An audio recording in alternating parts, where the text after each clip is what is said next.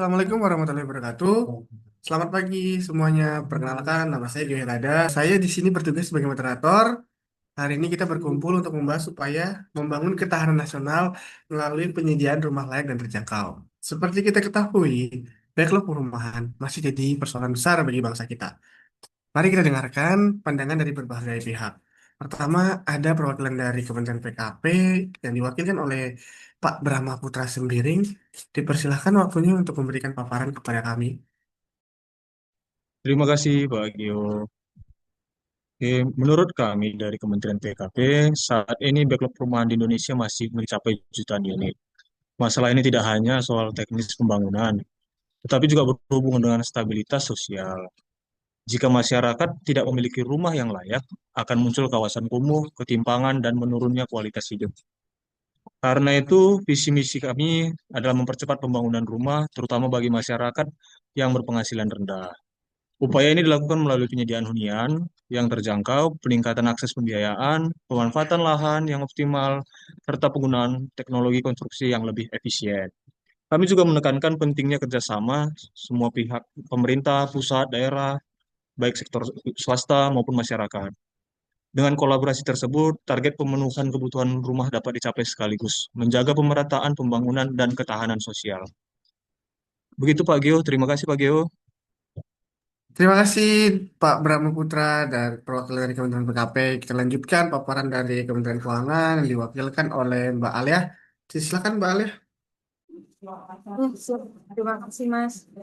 Jadi, penyediaan rumah layak ini kan harus ditopang oleh pembiayaan yang berkelanjutan tentunya. Nah, kami dari Kementerian Keuangan itu siap membantu mulai dari menyiapkan skema subsidi bunga KPR, kemudian juga insentif pajak bagi pengembang rumah subsidi, kemudian juga dari sisi optimalisasi dana FLPP. Jadi kan dalam program 3 juta rumah ini, FLPP itu menjadi salah satu skema pembiayaan yang utama ya.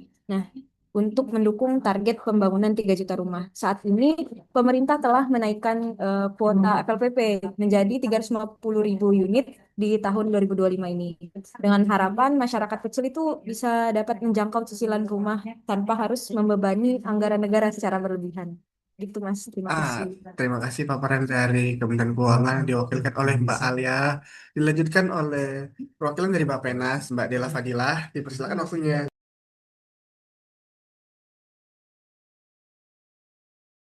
Ya, baik. Mohon maaf sebelumnya. Terima kasih, Mas Vio. Saya perwakilan dari Bappenas. Kami menyampaikan bahwa Bappenas di sini itu perannya sebagai pengawas ya. Jadi untuk hal-hal teknis, kami akan mengawasi secara efektif dan efisien untuk proyek ini, mulai dari perencanaan strategis nasional, sinkronisasi antara kementerian dan lembaga, ada juga pengawasan dan evaluasi program pembangunan. Karena untuk mempercepat pembangunan 3 juta rumah ini bukan hanya soal angka, tapi lebih ke teknis. Seperti itu. Terima kasih. Terima kasih dari pihak Bappenas yang diwakilkan oleh Mbak Dela. Selanjutnya, kita dengarkan paparan dari perwakilan pemerintah daerah yang diwakilkan oleh Mbak Anggita. Dipersilakan Mbak Anggita. Ya, baik. Terima kasih atas kesempatan yang diberikan, Pak Geo. Saat ini dari pemerintah daerah sendiri akan memastikan tata ruang yang mendukung pembangunan rumah layak, karena kami juga siap mempercepat perizinan dan menyediakan infrastruktur dasar yang diperlukan seperti jalan, air listrik, dan memastikan lokasi rumah terintegrasi dengan transportasi umum agar semua warga dapat mudah mengakses fasilitas tersebut. Itu saja, Pak Geo. Terima kasih dari pihak pemerintah daerah yang diwakili oleh Mbak Anggita. Kita lanjutkan paparan dari pihak developer yang diwakilkan oleh Mbak Ananda Leona. Dipersilakan waktunya Mbak. Baik, terima kasih Kak Geo atas waktunya. Di sini kami dari pihak developer sendiri melihat penyediaan rumah layak dan terjangkau itu tidak hanya soal bisnis ya, tapi juga bagian dari kontribusi nyata terhadap ketahanan nasional.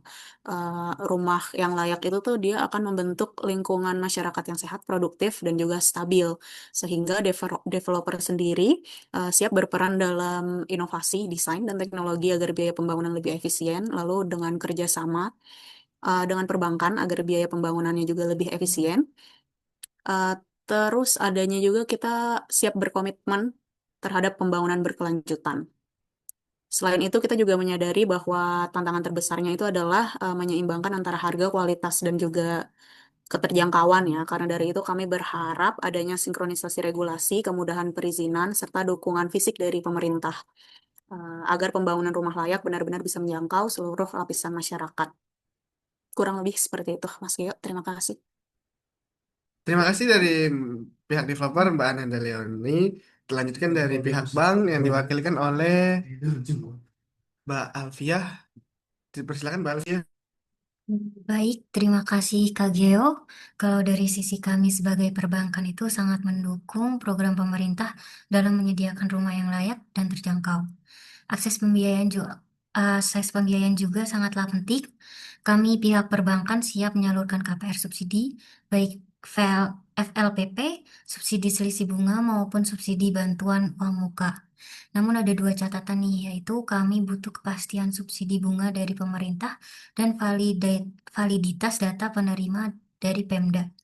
Selain itu, karena program ini sangat penting sekali ya, kami pihak perbankan berkomitmen memberikan KPR subsidi dengan bunga rendah, proses cepat, transparan, dan syarat yang lebih sederhana, khususnya bagi pekerja informal yang selama ini sulit mengakses kredit.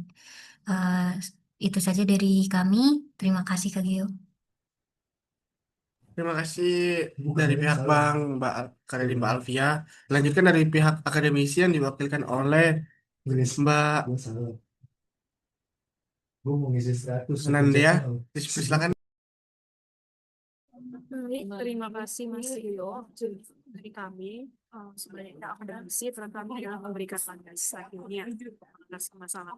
Jadi untuk isu backlog perumahan ini bukanlah sekedar angka. Data yang kami analisis juga menunjukkan bahwa angka tersebut adalah akar dari persoalan usia seperti perluasan kawasan dan urbanisasi yang tidak terkendali. Oleh karena itu, solusi yang akan ditawarkan harus berbasis riset dan data dan kebijakan instan. Melalui pendekatan ini kami mensusun prioritas pada desain rumah yang inovatif dan hemat biaya, kemudian pemanfaatan teknologi bangunan cepat, lalu ada integrasi pembangunan perumahan dengan perencanaan wilayah secara komprehensif. Kami meyakini bahwa penyediaan yang layak dan terjangkau ini merupakan investasi strategis yang esensial bagi pembangunan ketahanan nasional dalam jangka panjang. Tentunya kami siap berkomitmen juga untuk membantu awal program ini. Baik, terima kasih. Nggak usah, Mbak. Nanti biar Terima kasih dari pihak akademisi Mbak Anandia Maharani. Dilanjutkan dari pihak LSM Komunitas yang diwakilkan oleh Pak Andika. Dipersilakan Pak Andika. Oke, terima kasih atas waktunya Pak Gio. Saya dan teman-teman dari LSM melihat dan mendengar langsung suara masyarakat kecil. Rumah itu bukan sekedar atap dan dinding, tapi juga lingkungan. Tempat tumbuh anak-anak agar sehat dan berpendidikan. Yang kami dorong itu agar rumah rakyat juga ramah lingkungan, hemat energi, dan tidak jauh dari akses layanan publik. Itu saja dari kami Pak Gio, kembali. Terima kasih. Terima kasih dari Pak Andika. Dilanjutkan dari tokoh masyarakat. Dipersilakan dari Pak Dharma. Dipersilakan oke Pak Dharma.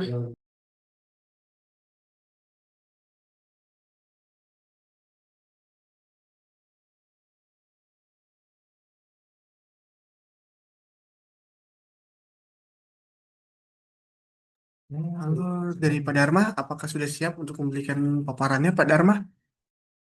Sudah Pak, maaf tadi jaringan. Siap, Eh, dilanjutkan. sebelumnya, sebelumnya saya berterima kasih kepada Kementerian PKP serta jajaran kementerian dan juga dari beberapa pihak seperti Pemda dan Bank membantu untuk menyukseskan ini. Saya ada mewakili masyarakat berpenghasilan rendah.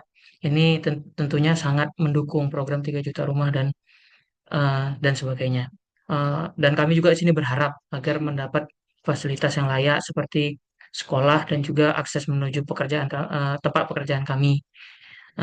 Sehingga rumah itu bisa dijadikan sebagai fondasi untuk membangun ketahanan nasional negara kita sendiri. Dan juga kami juga tidak hanya bermimpi lagi untuk tinggal di rumah yang lebih layak dan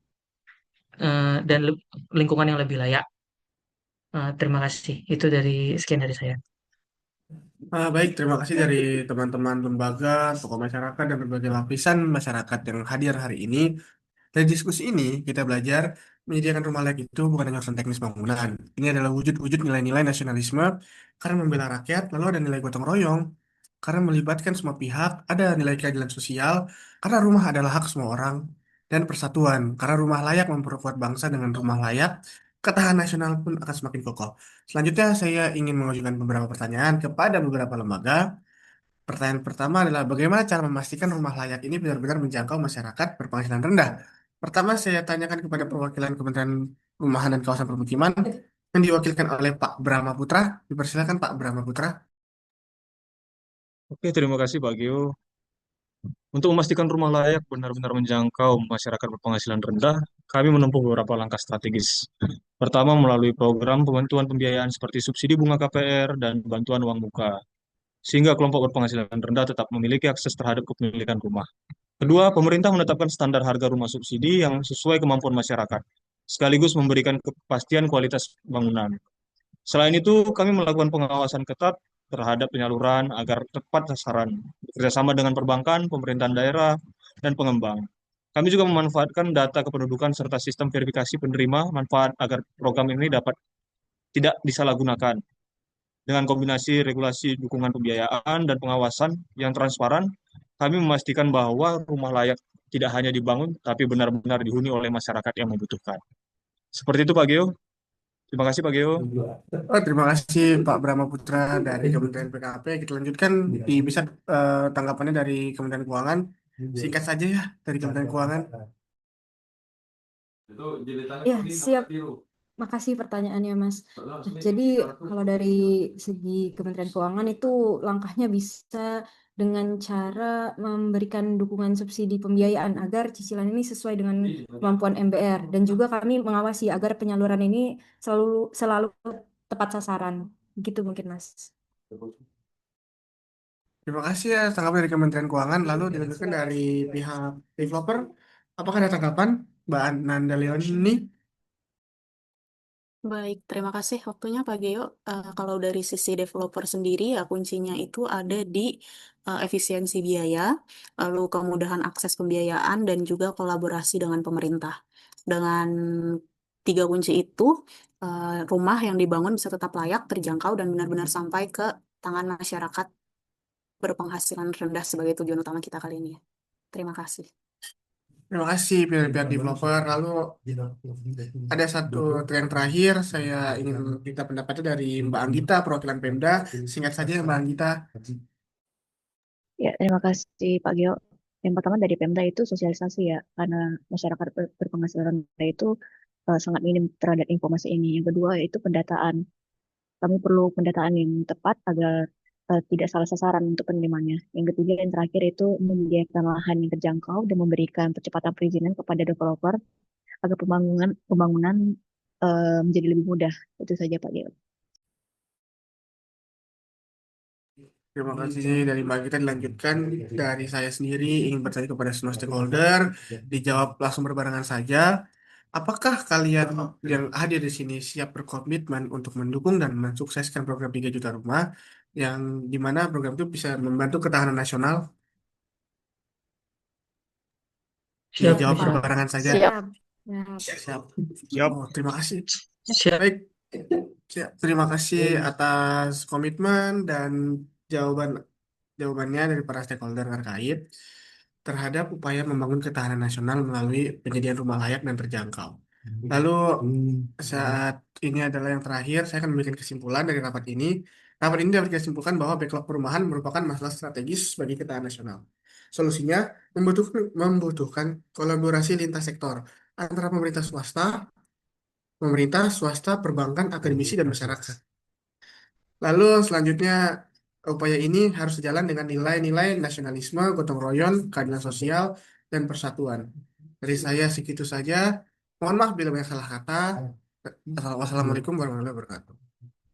Waalaikumsalam. Waalaikumsalam warahmatullahi wabarakatuh. Assalamualaikum warahmatullahi wabarakatuh.